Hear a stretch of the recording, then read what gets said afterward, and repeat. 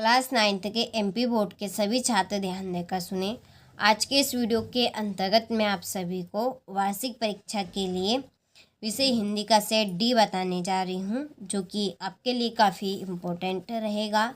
इस पेपर में आपको देखिए ऐसे प्रश्न मिलेंगे कि जो आपको वार्षिक परीक्षा में अच्छे अंक प्राप्त करवाने में आपकी पूरी मदद करेंगे।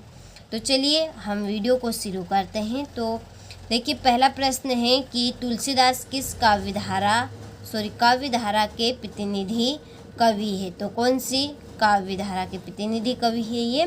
तो राम भक्ति काव्यधारा के। दूसरा है वाक किसकी काव्य शैली है। तो इसका आंसर रहेगा आपका लगदाद की। दोहा छंद में कितनी मात्राएं होती है। तो दोहा छंद में 24 मात्राएं होती है। हुजूम के आगे कौन चल रहा था।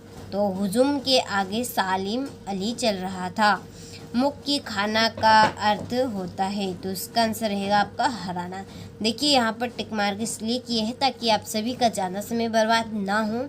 और आपको देखिए इस तरह के 4 पेपर दिए जाएंगे और हमने पूरे पेपर के सॉल्यूशन की पीडीएफ तैयार कर ली है। पीडीएफ के लिए आप सभी डिस्क्रिप्शन में नंबर दिए हैं, उन नंबर से आप कांटेक्ट कर लीजिए, आपको पूरी डिटेल मिल जाएगी। तो देखिए छठा प्रश्न है परदादी चोर को सही रास्ते पर कैसे लाई। तो इसका आंसर आपका रहेगा सहजता से बात कहकर। ठीक है। और दूसरा है रिक्त स्थानों की पूर्ति कीजिए। तो देखिए जो बच्चे हैं वो डेडेडेस पर जाते हैं। किस पे जाते हैं? काम पे। और छंद के डेडेडेस प्रकार होते हैं। तो 2 प्रकार होते हैं। तूती बोलना का अर्थ क्या है। तो इसका आंसर रहेगा आपका धाक जमना। मेरे नाना पक्के डेडेडेस माने जाते हैं। क्या? साहब। सालिम अली का यहाँ डेडेडेस पलियान है आखिरी।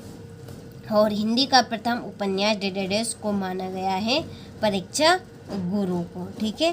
तो चलिए स्क्रीनशॉट आप ले लीजिए यदि स्क्रीनशॉट नहीं लिया हो तो। अब बढ़ते हैं हम अगले प्रश्न की ओर। तो देखिए यहाँ पर है हमारी सही जोड़ी। पहली जोड़ी है कि जीवन का खंड चित्रण। खंड काव्य कहलाएगा। हरिशंकर परसाई की जोड़ी आपकी रहेगी वसुधा। आकाश के आपकी जोड़ी रहेगी नभ और गगन। जनसंपर्क विभाग की जोड़ी रहेगी आपकी बाढ़ की सूचना। ये आपका है बाढ़ की सूचना। और जन संपर्क विभाग ये तो आपकी हो गई बाढ़ की सूचना। गोदान उपन्यास के रचयिता प्रेमचंद मेरे बचपन के दिन, इसकी आपकी जोड़ी रहेगी महादेवी वर्मा। ठीक है। चलिए तो स्क्रीनशॉट आप ले लीजिए। इसके बाद में हम देखेंगे सत्य। तो पहला है कि जयशंकर प्रसाद छायावाद के प्रमुख कवि है। तो ये बात सत्य है। जहाँ नायक और नायिका के विरह का वर्णन हो वहाँ संयुक्त श्रृंगार रस होता है। तो ये आपका असत्य है। आज उपभोक्ता संस्कृति का समाज पर कोई प्रभाव नहीं है। तो ये आपका असत्य है। प्रत्येक छंद शब्द के पहले जुड़ते हैं। तो ये असत्य। शंकर लड़कियों के छात्रावास में ताक-झाँक करता था। तो सत्य बात है। किसी घटना का आंखों देखा सरस वर्णन रिपोर्टाज कहलाता है। तो ये सत्य है। ठीक है। चलिए तो स्क्रीनशॉट आप ले लीजिए अच्छे से।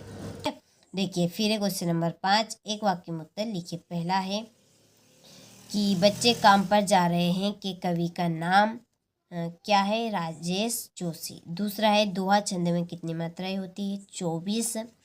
सालिम अली की पत्नी का क्या नाम था? तहमीन। रचना के आधार पर वाक्य के कितने प्रकार होते? 3।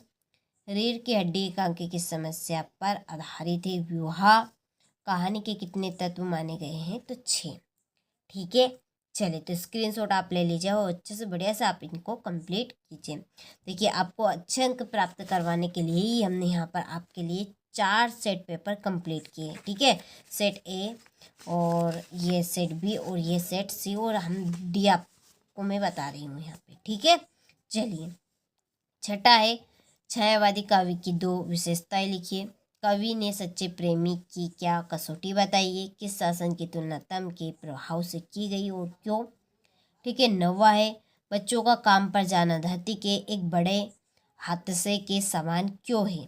प्रबंध काव्य की परिभाषा भी सहित देखिए। चलिए तो स्क्रीनशॉट आप अच्छे से ले लीजिए। और फिर है 12वां प्रश्न, एकांकी और उपन्यास में 2 अंतर बताने हैं। 13वां है श्यामचरण दुबे की भाषा शैली की विशेषता बतानी है। लेखक लटकोर के मार्ग में अपने साथियों से किस प्रकार बिछड़ गए, इसका आंसर बताना है। फिर है कांजी होज में कैद पशु की हाजिरी क्यों ली जाती होगी। ठीक है, निपात शब्द से क्या आशय, उदाहरण सहित लिखिए। ठीक है, निपात शब्द की परिभाषा और उदाहरण देना है।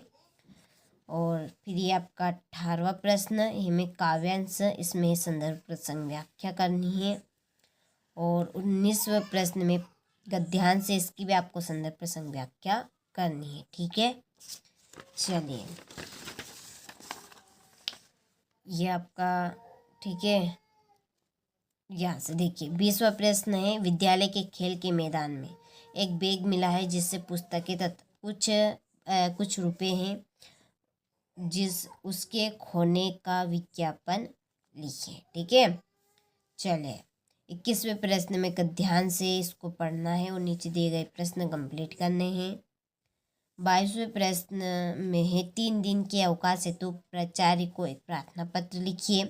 ठीक है, 3 दिन की छुट्टी के लिए एक प्रार्थना पत्र देना है। 23वां प्रश्न है, इसमें निबंध कंप्लीट आपको कर लेना है। ठीक है।